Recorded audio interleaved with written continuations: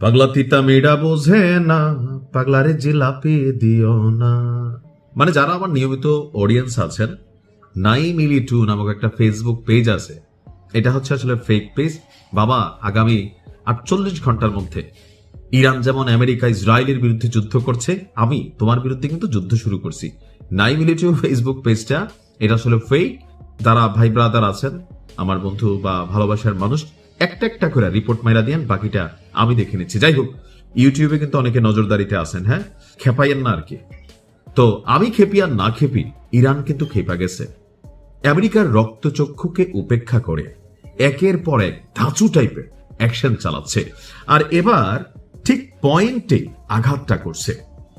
ধরেন একজন মানুষ আমারে খালি ঢিল মারতেছে, তো আমি যদি একটা ঢাল নিয়ে তার সামনে দাঁড়াই থাকি, কতক্ষণ টিকবো ভাই? ঢালও তো একটা ধাতব পদার্থ। সেই যদি মনে করেন তীর মারে, হয়তো ঢাল আটকাবে, কিন্তু যদি মেশিন গান মারে, আমার তো ঢাল আটকাবে না, আমার মরতে হবে।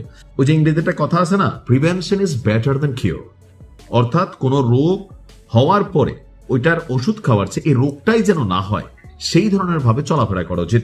প্রথম থেকেই ইরান চেষ্টা করতেছিল, যেখান থেকে টোটাল অভিযানটা চলছে, ভারত মহাসাগর পাশাপাশি আরব সাগর, সেখানে মার্কিন যুক্তরাষ্ট্রের যে বিমানবাহী রণতরীগুলো, ডেস্ট্রয়ার, ফ্রিগেট, তারপরে আরো অনেক ধরনের হুলস্থুল একটা আয়োজন, সেখান থেকে এই মুহূর্তে কেন্দ্রীয় কমান্ড আপনার সিদ্ধান্ত নিচ্ছে ইরানে কখন কিভাবে হামলা হবে। ওই জাহাজগুলোকে নিরাপত্তা দেওয়ার জন্য ভারত মহাসাগরে একটা মার্কিন যুদ্ধ জাহাজ আপনার অপেক্ষমান ছিল বা নিরাপত্তা দিচ্ছিল।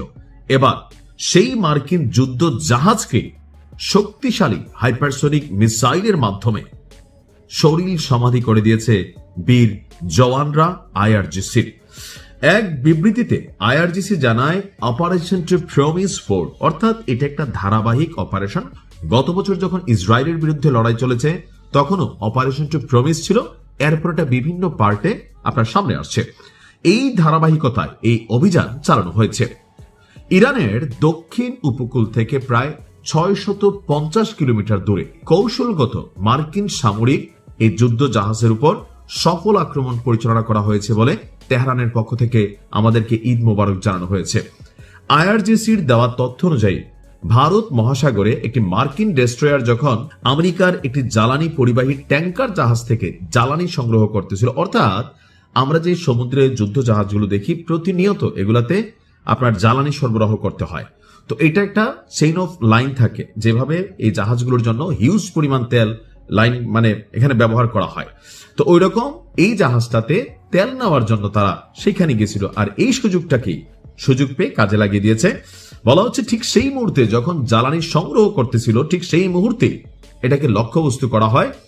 অভিযানে ইরানের নিজস্ব প্রযুক্তিতে তৈরি কাদার 360 এবং তালাইবা, এটা হচ্ছে আপনার তামিল ওয়ার্ড, আর এটা হচ্ছে কি তালাইয়ে, নিচে শেষে হ আছে, আর এটা হচ্ছে কাদার, মানে এই শব্দগুলো একটু চাপ দিয়ে বলা লাগে আর কি। যাই হোক, এই উন্নত মানের হাইপারসোনিক মিসাইল ব্যবহার করা হয়েছে। গোয়েন্দা প্রতিবেদনের বরাত দিয়ে আইআরজিসি বলছে, ক্ষেপণাস্ত্রের আঘাতে মার্কিন যুদ্ধ জাহাজ এবং জ্বালানি ট্যাঙ্কার উভয়ই অগ্নিকাণ্ডের শিকার হয়েছে এবং বিশাল ধোঁয়ার কুণ্ডুলি নিয়ে ভারত মহাসাগরে সলিল সমাধি হয়েছে। আর এই ধারাবাহিকতা চলতে থাকবে। এই লড়াই ইরান থামাবে না যতক্ষণ পর্যন্ত শত্রুরা লড়াই করতে বা লড়াই থামাতে তারা রাজি না হবে।